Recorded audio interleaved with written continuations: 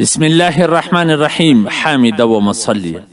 محترمینو، یو محترم ورور دا پوښتنه کړې ده چې د جنابت په حالت کې درود شریف معمول پوره کول څنګه دي؟ چې درود شریف ویلو معمول وي د یو عادته پورې، نو سړی د جنابت په حالت کې وي هغه وخت د ویلو وي، نو ویل څنګه دي؟ شیخ الاسلام مفتی محمد تقی عثماني صاحب په خپله فتاوی عثماني جلد نمبر اول صفحه نمبر 310 هغه دا لیکلي دي چې د جنابت په حالت کې صرف د قرآن کریم تلاوت کول منع دي.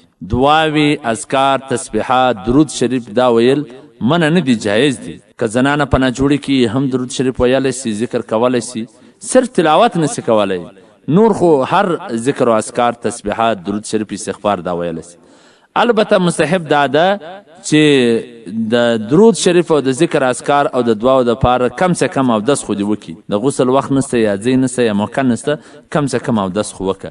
البته که اودس نه وي هم ویل جایز دي. په حواله سره د شامی جلد نمبر اول صفحه نمبر 149. والسلام. ستاسو د دیني او شرعي پوښتنو جوابونکی مولوي عبدالرحمن سمیم صاحب.